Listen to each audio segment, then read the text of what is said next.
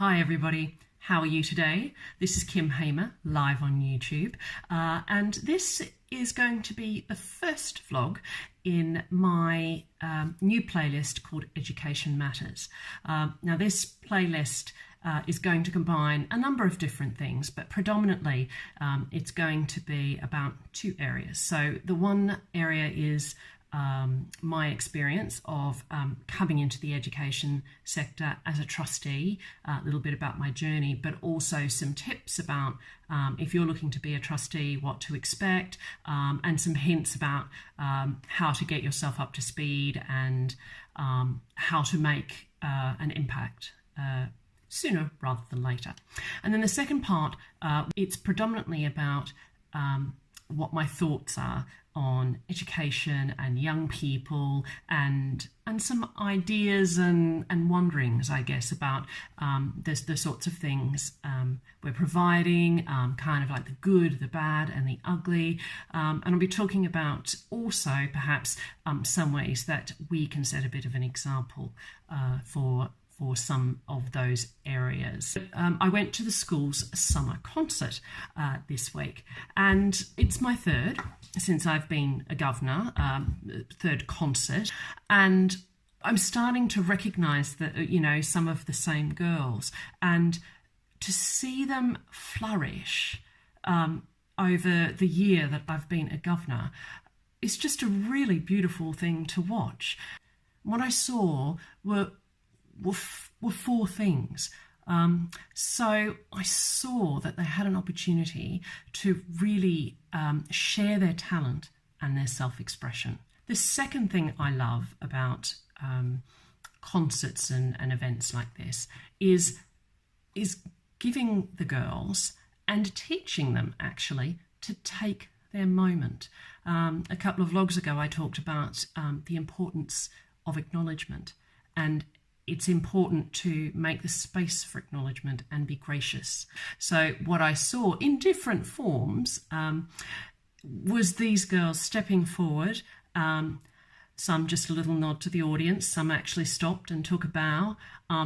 One girl, it was beautiful to watch. She just basked in it. She really took her moment, and that was not something I'd seen before. The third thing was I was sitting in the front row, and a lot of the performers were sitting behind me. There was about, I think, over 30 girls, and every time someone was introduced, every time they finished their performance, these girls were nuts. They were cheering, they were clapping, they were woohooing, and it's just so brilliant to see them all in it together like that. But the fourth thing I really noticed, and we were talking about this afterwards, myself and a couple of the teachers, was the importance of ensembles.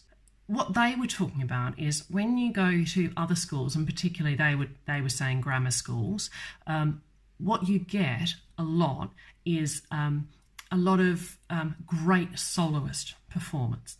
And while there were some solo performances, both playing music and singing at the concert last week, there were also a lot of ensemble pieces. So there were groups of singers, a school choir sang a couple of times, there was a band, there were a number of, musical duets.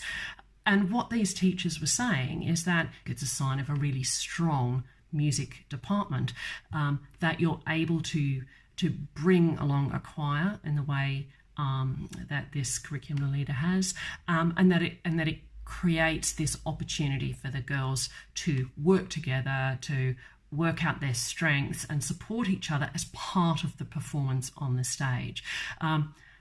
It was just such a brilliant couple of hours, and what it made me remember is a TED talk I heard several years ago by Ken Robinson. What he talks about is the importance of creativity in education. And going to this concert and seeing this development in the girls had me go back and have a bit of a look at that TED talk. Ken defines creativity as original ideas that have value. But what he says in this TED talk is that as we move through education and we get older, we actually get educated out of the original ideas, because the repercussions of being wrong or different are so great. You know, we're going into this uncertain future, and it's something that I think companies are struggling with, and certainly the education system is struggling with, and the job landscape changes so much. So how can we be certain that we are or aren't going to get jobs? I went to a breakfast with my university alumni a couple of weeks ago, and I think it was something that they referred to as well. We had one of the professors hosting the breakfast, and what he talked about is that the university had lost its way a little bit, in that it had lost its focus on providing work-ready graduates with all of those skills of finding the problems, solving the problems, communicating, handling uncertainty. So it was a really interesting conversation. Now, you know, he was talking about that as a problem in the short term, but I think that's the issue that Education All Up is trying to address.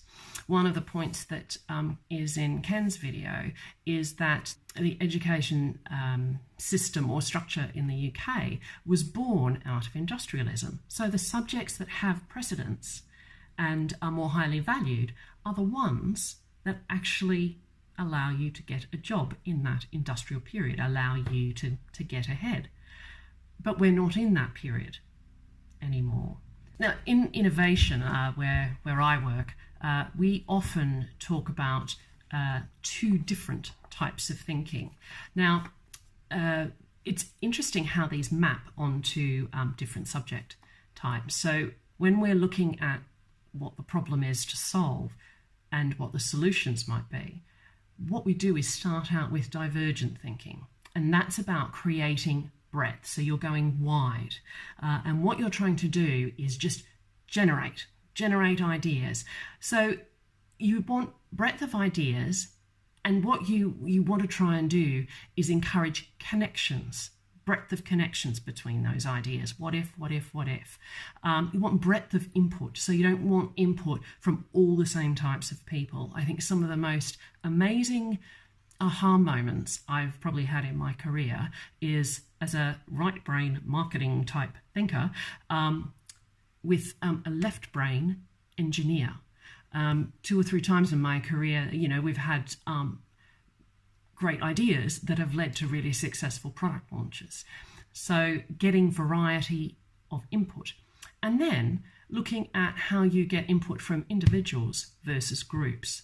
So one of the techniques I use even in standard brainstorming sessions is, well, I bring lots of post-it notes and hand them out to everybody, and if we're solving a particular problem or issue, I ask everybody to take 5 minutes and to write down on their post-its as many ideas as they can think of for themselves. Don't worry about whether it's silly or right or wrong or you think it's been done before, just write it down. So what you're trying to do is take away, get the first layer of ideas down, and then that creates space to go, oh, what else could there be? And that's what the post-it session does, and what it does for the individual. Then afterwards, I might follow that up, depending on the size of the group, where I ask everybody to go and put their post-its on the wall, and then I might group them in themes, and we might have a discussion about what those themes of ideas or solutions are. If the group's a bit smaller, often what I'll do is sort of go around the table and everybody sort of has 1 or 2 ideas that they put forward. So that we're creating a forum for the discussion as well, because often what you find is that, you know, someone's written down a post-it note and then someone else says, oh, I thought that, but I also came up with this idea of this as well. So we're playing off each other, which is where the divergent thinking works. Now, the subjects in education that are more divergent are things like art, things like humanities, and things like design. Now, once we get through the divergent phase, we want to work through convergence, and that's about bringing some of those ideas together and narrowing down what are the things we're going to work on and focus on. So there might be things you're going to work on, there might be things you're going to test, so you might have 5 or 6 ideas, and the idea is to test them, see how they land, how they can be manufactured, and what we want to do is try and find failure quite quickly, so that we can say, okay, well, that idea didn't work, we either put it aside or it needs amending and let's test it again. And then the important part of convergence is delivering something. So if you try and deliver too many things at once, the purpose and direction can be lost. Even if you're delivering things in quick succession, I think that's okay, but having a focus for delivery is really important. Now, if you think about it, the subjects in education that link most closely to this are maths, physics, and engineering. So what we're doing is there's a real focus on these STEM subjects, so science, technology, engineering, and mathematics at the moment, over particularly in the later years, the choice of art, humanities, and design type subjects.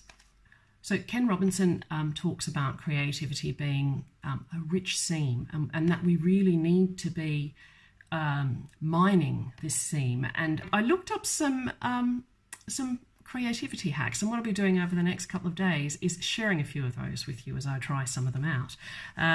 So let me just read some from the list. So it's things like, when was the last time you took a different route to work? When was the last time you actually worked in a different place? When was the last time you just daydreamed? When was the last time you just sat and observed? Put your phone away and just sat and observed what was going on. Not speaking in a meeting, just observing what's going on. I would argue that we're all responsible for the next generation. So how can we be exemplars to them of what it takes to be creative and to just keep that creative framework and those creative juices going. So over the next few days, what I'll be doing is sharing some of the creativity hacks I've been trying out, and hopefully it'll give you some food for thought about what you can do. And if you have creativity hacks, please share them with me. I'd love to hear about them. So I'm going to finish today with a quote, and I'm going to talk about this area in a further vlog, but I just love this idea, and it's a quote by Ian McGilchrist, and it comes from a book called Too Fast to Think by Chris Lewis.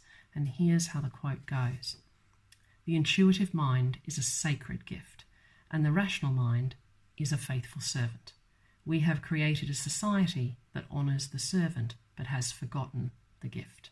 So I hope that's given you a few things to think about. Love to hear your thoughts on this topic, and I will be posting, as I said, a few creativity hacks over the next couple of days. So please stay tuned, subscribe, like, share. I'd love to hear from you all. This is Kim Hamer, live on YouTube, signing off for today. Thanks for watching. See you tomorrow.